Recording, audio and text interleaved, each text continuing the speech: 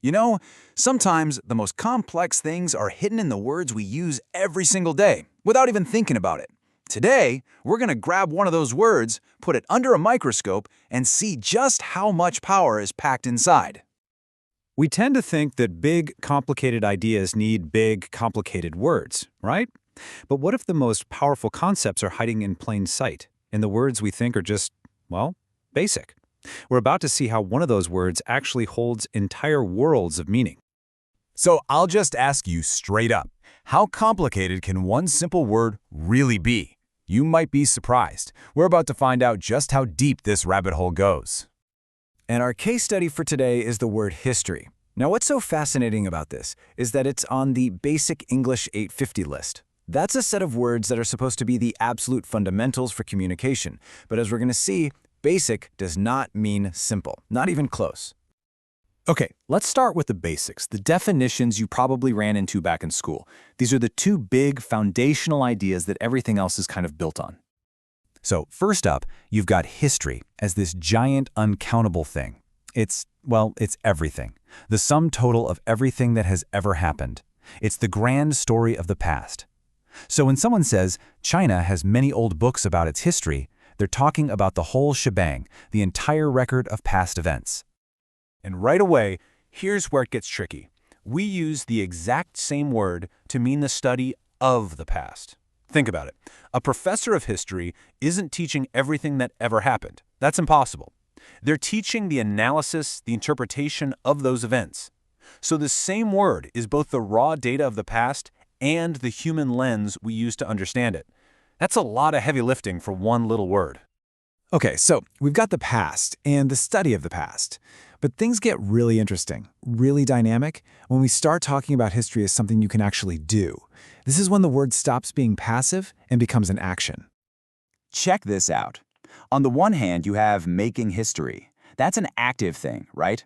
It's the moment someone does something so important that you know it's going to be remembered. Then on the other hand, you have going down in history. That's more about the result, the legacy. It's being placed in the record books. One's about doing the thing, the other's about being remembered for it.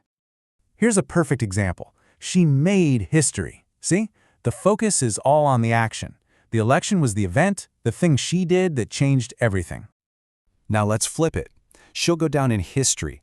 This isn't about one single moment. It's about her entire legacy, how future generations are going to remember her. It's her final place in the story, long after the fact. But hold on, we're not done yet. Not even close. We've talked about the academic stuff and the epic, world-changing stuff, but history has a whole other life in just our everyday, normal conversations.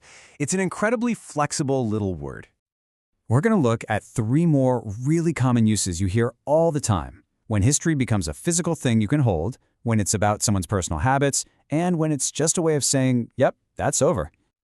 Okay, this next one is a huge mental shift. History can suddenly become countable. It stops being this abstract idea of the past and it becomes a history, a specific, tangible record, like a book. I mean, linguistically, that's wild. It shows we've moved from thinking there's just one grand story of the past to knowing there are many, many different versions. And this example makes it super clear. He's not reading all of the past. No, he's reading one book, one specific account, a history of ancient Rome. See the difference? All right, now let's bring it down to a personal level. When we say someone has a history of doing something, we're basically talking about their personal track record. That giant concept of history gets shrunk all the way down to define one person by the pattern of their past actions. You've heard this a million times, right? It doesn't mean she cheated just one time. The word history here means it's a known pattern, a repeated behavior. It's her own little personal historical record. And finally, maybe one of the most common uses. When you say something is history, you are slamming the door on it. It is done, finished, over. It's this incredibly powerful way we use language to just signal closure. Yep, you hear it all the time. Okay, that game's history. What does it mean? Let's move on. The result is locked in. That chapter is closed. Okay, so let's take a breath. We've seen history as the entire past, the study of it, a huge achievement, a personal reputation, a book, and a final ending. So what? Why does spending all this time on one word even matter? Let's tie it all together. You know that famous phrase, right? We say it when the end of a story is so famous, so well known, that you don't even need to finish it. In a way, that's what we just did. We looked at all the parts of this word and, well, the rest is history.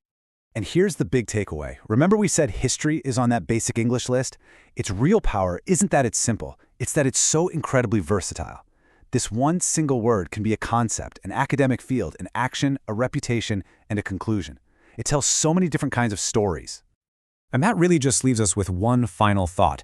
If a supposedly basic word, like history, can contain all of this depth, what other simple words are we all using every single day without ever stopping to appreciate the entire universes they hold inside?